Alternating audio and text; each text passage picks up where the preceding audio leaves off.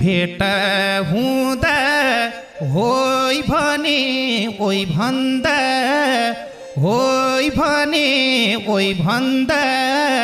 तिम्रो दर्जा घट्दैन कोही भन्दा न्याउली रुँदा यो मन रुन्छ नि जुनी काट्नु पर्दैन मसँग